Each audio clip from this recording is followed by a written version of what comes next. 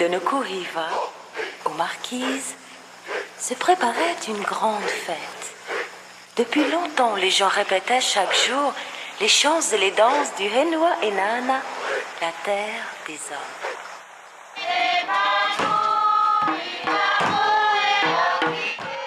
Nous aurions pu commencer ce récit à la manière d'une légende par Il était une fois. Il était une fois Teiki, un tatoueur marquisien, installé en France, mais passionné par sa culture. C'est là-bas que nous l'avions rencontré alors que nous préparions notre future navigation aux Marquises. Comme nous aimons avec Sylvie partager nos voyages, nous lui avions proposé d'embarquer sur notre voilier Chamad à la recherche de ses racines.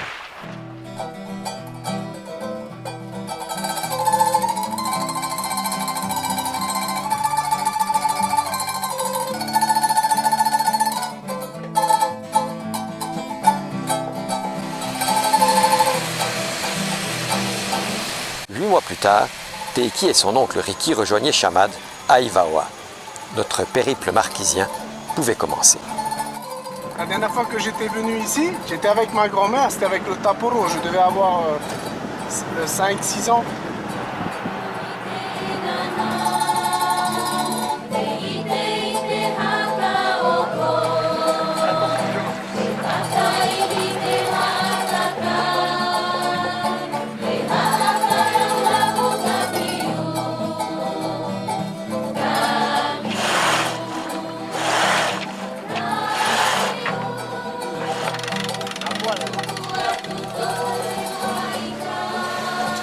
Je m'appelle Teiki Hukena, je suis né à Nukuhiva et ça fait maintenant 23 ans que j'ai quitté les Marquises.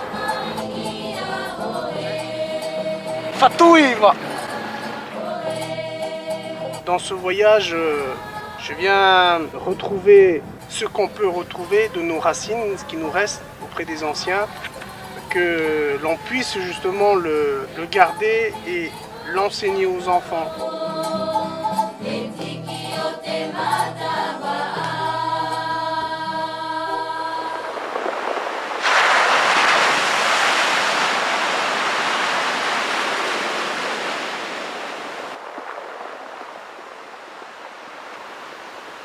Ako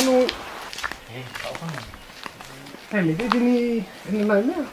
Patatuloy ko. Apa.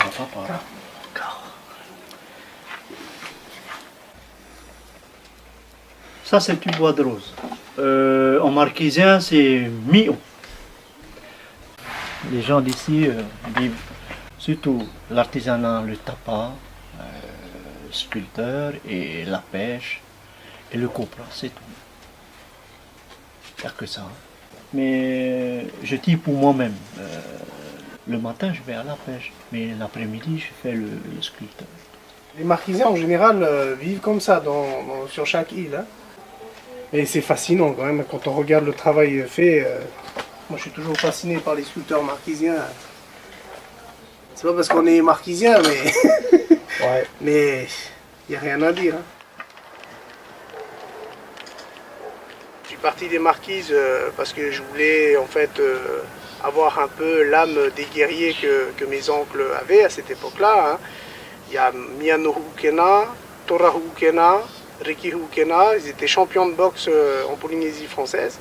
Et quand ils revenaient aux Marquises, pour nous, c'était nos grands guerriers dans la famille. Donc, en grandissant, j'ai voulu leur ressembler et à ma manière. Voilà, j'ai choisi de partir à la Légion étrangère.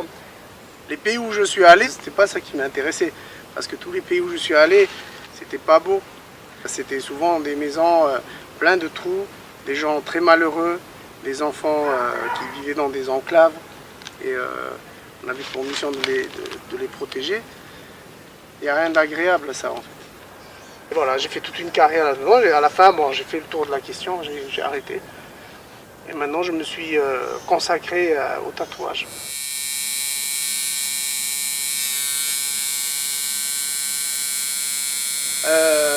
J'ai commencé en 1990, j'avais 16 ans et à la Légion étrangère, j'ai continué à tatouer.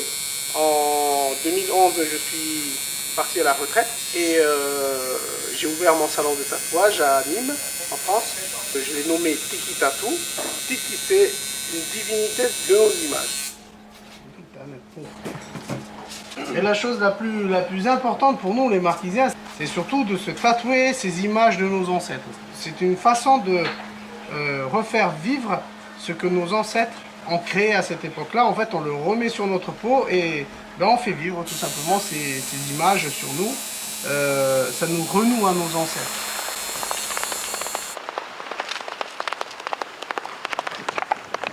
Ce livre est mon livre sur le tatouage donc marquisien pour ramener l'identité de ces symboles aux marquises. Ce qui m'a poussé à écrire ce bouquin, c'est dû au fait que notre tatouage marquisien, les symboles marquisiens, ont été en fait répandus dans le monde avec différents ouvrages. Puis il y a eu une confusion avec les tatouages tahitiens et maoris. Ça m'a vraiment fait mal parce qu'en fait, notre peuple marquisien a été oublié, surtout pour ces symboles. Ces symboles-là ont une identité, et c'est marquisien, Enana ou Enata. Ce livre, il manquait parce que personne ne savait vraiment ce que voulaient dire tous ces symboles. Donc remettre un peu d'ordre dans tout ça, c'était vraiment le deuxième but aussi de cet ouvrage.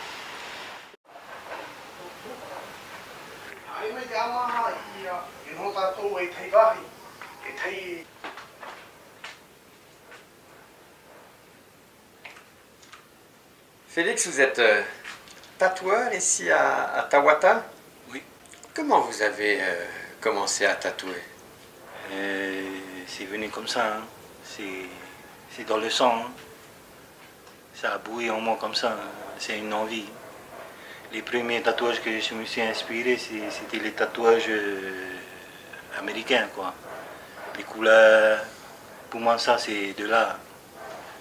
Et au fil du temps, j'ai commencé à connaître le tatouage marquisien.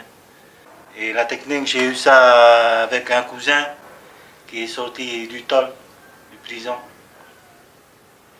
Il m'a montré à la main, quoi, attacher l'aiguille avec une baguette d'allumettes.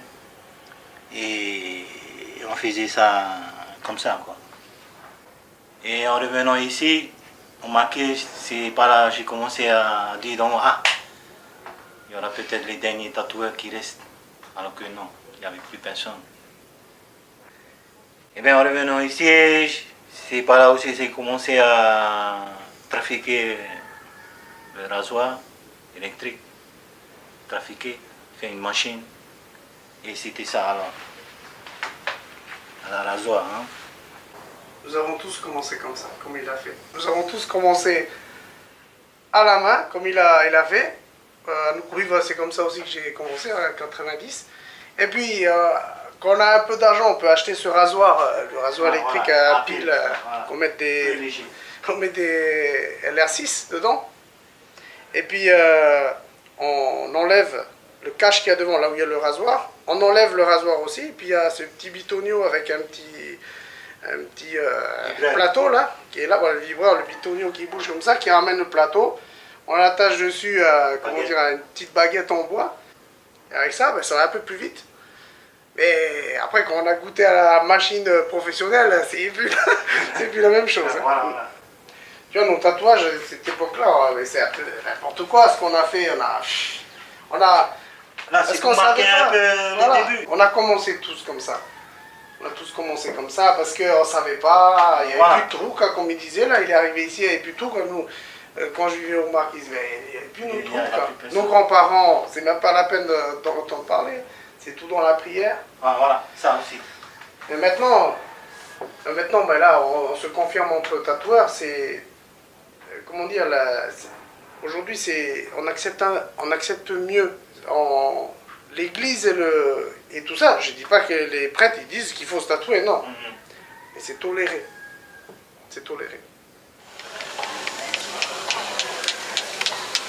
Alors tu vois là, c'est le tatouage traditionnel fait par un Tufunga Samoa avec un maillet et le peigne pour ancrer le tatouage. Et vous devez être plusieurs.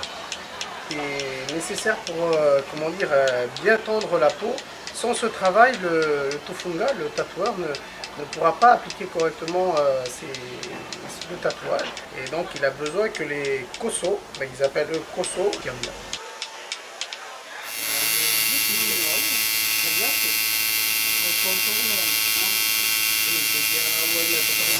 Oh, non pas tutti qui t'arrive, il n'y a pas tutti qui ont tita.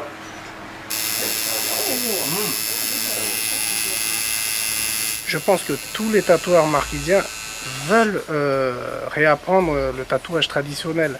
Et là, on en a bien discuté. Et surtout, en fait, que les marquisiens se refassent tatouer. Parce qu'il n'y a pas que le tatouage, il faut aussi que les marquisiens veuillent bien se refaire tatouer traditionnellement. Pour que justement ça vive. Parce que s'il n'y a pas le tatouage de touristes, ça reste quand même du folklore, malgré tout.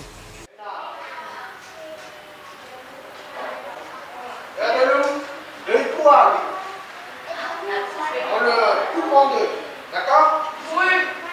Ça c'est son vaille. D'accord, c'est son vaille. Vaille c'est le bassin, le vaille. Voilà, goutte céleste, Ipuan et le rang dans le ciel. Le travail de Teiki, il est très important. Il vient, on va dire, décortiquer les motifs et il nous donne un sens aux motifs que nous travaillons avec les enfants parce qu'on n'a pas forcément ce regard-là. On essaye de faire en sorte que la culture ne se perde pas, mais en même temps, quand on a quelqu'un, un artiste comme Teiki Hukena qui vient donner du sens aux motifs, c'est important. Il faut comprendre ça. Habibi, Otto, Tatou, Inata. D'accord?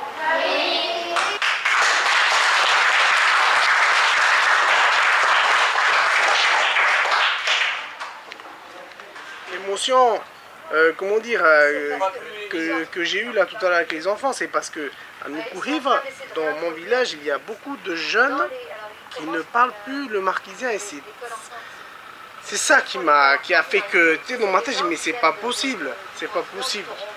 Mon pays n'a plus le marquisien. Et là, ce que fait TIA avec les institutrices et tout ça, ça m'a beaucoup ému parce que les enfants, ils parlent marquisien à l'école. C'est ça qui me...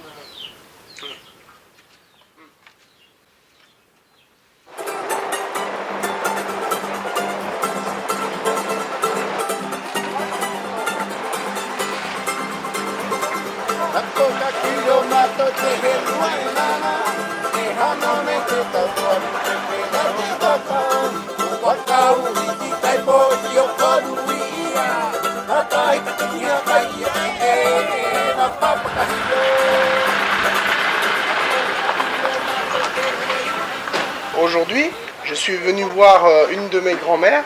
C'est une des sœurs de mon grand-père, Taria Troutini. Et en fait, je posais des questions, surtout comment on plantait dans les temps anciens pour éviter que tout ça se perde. Aujourd'hui, c'est plus la rencontre, des questions et lui faire comprendre également le travail que je suis en train de faire. En fait, ce travail ne sera jamais terminé, mais à mesure que je viens voir nos grands-parents, je ferai à mesure des petits livres pour les enfants en marquisien, pour ne pas qu'ils oublient, et je continuerai jusqu'à je n'en peux plus de le faire.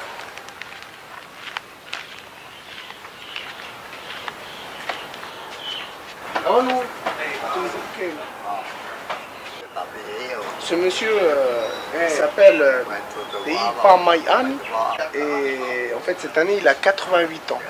Et donc voilà, je pose des questions justement sur comment il vivait avant, à l'époque où pendant la Deuxième Guerre mondiale il n'y avait plus de ravitaillement ici aux Marquises et comment les anciens ont pu justement vivre dans nos îles sans être ravitaillés de l'extérieur comme aujourd'hui. Voilà, en fait j'essaie de recueillir ce que je peux recueillir aussi, ce qu'ils veulent bien aussi expliquer, ce qu'ils peuvent expliquer aussi.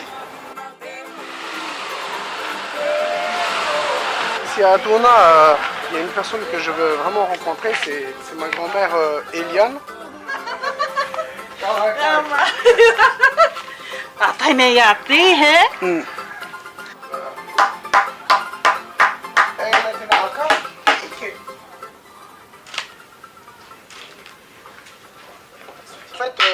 savais pas que ma grand-mère avait toutes ces connaissances. Et c'est en venant donc chez elle que je découvre qu'elle connaît vraiment beaucoup de choses. Beaucoup de choses. Je suis vraiment heureux que cette pratique-là ne se soit pas perdue. Il faut le dire, c'est quand même grâce au commerce qu'on puisse faire ça aujourd'hui. D'une certaine manière, le commerce nous sauve notre culture aussi.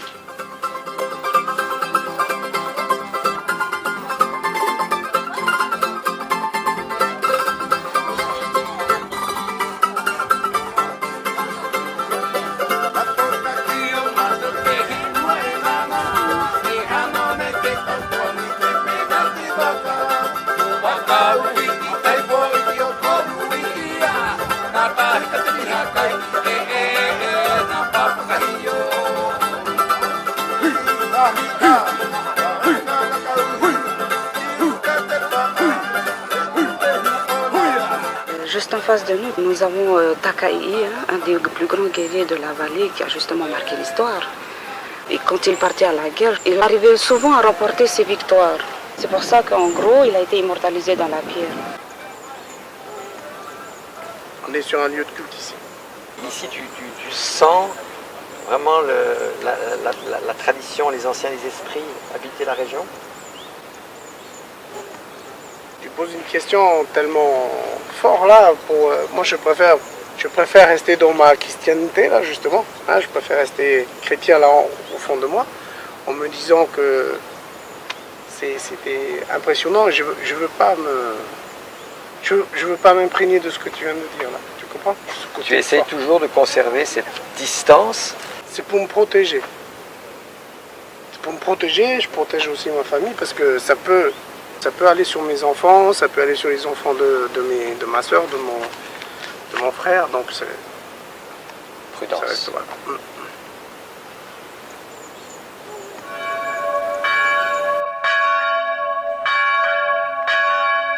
Ici à Nukuhiva, la messe est très très importante et la majorité du village est réunie pour la messe. C'est un moment très important pour les Marquisiens.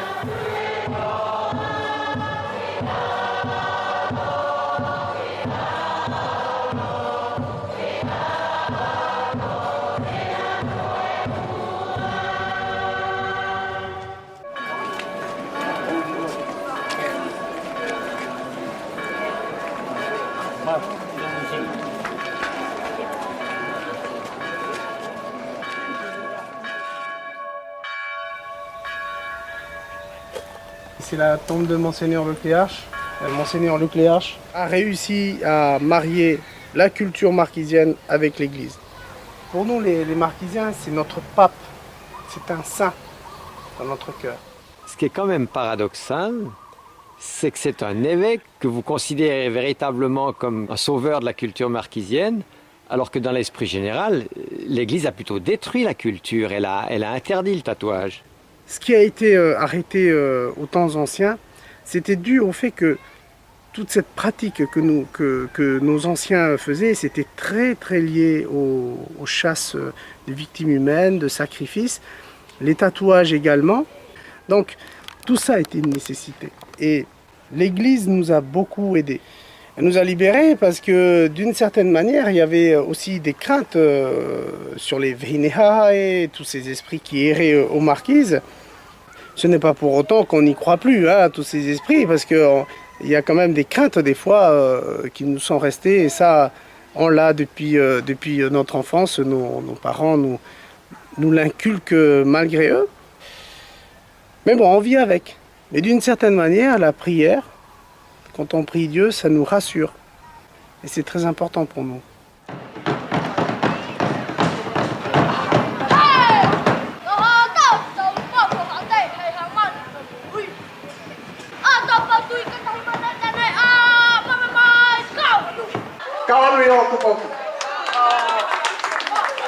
Le jour où plus de Marquisiens ne parlera le Marquisien, on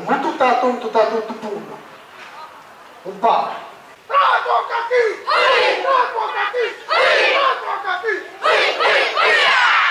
Make a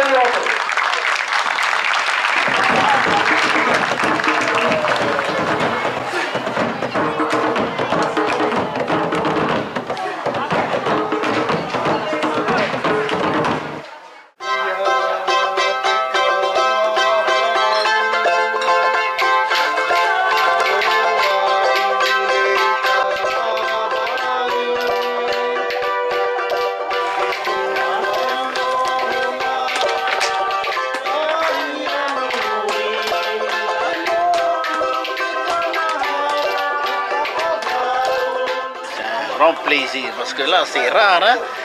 Tout le monde. C'est le grand jour de Teiki. Il y a le poisson, là. Je suis content pour lui.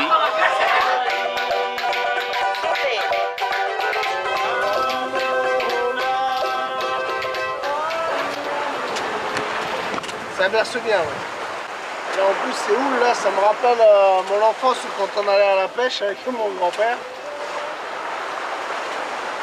C'est la mer aux Marquises, quoi. Voilà presque un mois maintenant que nous parcourons les Marquises avec Teiki. Teiki plus que jamais motivé par la sauvegarde de sa langue, avec un grand projet, publier un nouveau dictionnaire. Mais pour cela, le soutien de l'Académie marquisienne est indispensable, d'où cette rencontre à Wapau avec l'un des académiciens, Benjamin Teiki Tutoa. Je suis déjà très épaté par le contenu du projet. C'est un travail très ardu, et très long, donc beaucoup de patience, mais et surtout il faudra que nous lui apportions beaucoup d'aide. Il faudra qu'on se mette tous d'accord aux Marquises pour lui apporter de l'aide, surtout sur la logistique et puis les récoltes des mots nouveaux qui ne sont pas dans les documents, dans le dictionnaire.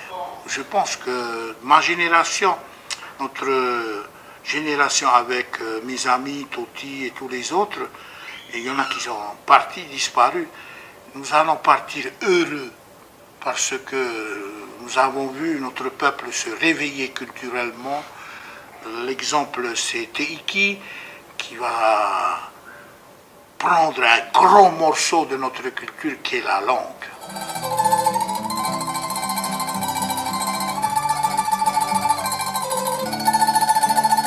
Ce livre va sortir, ça c'est sûr, le dictionnaire de la langue marquisienne revu par les marquisiens, avec l'aide des académiciens.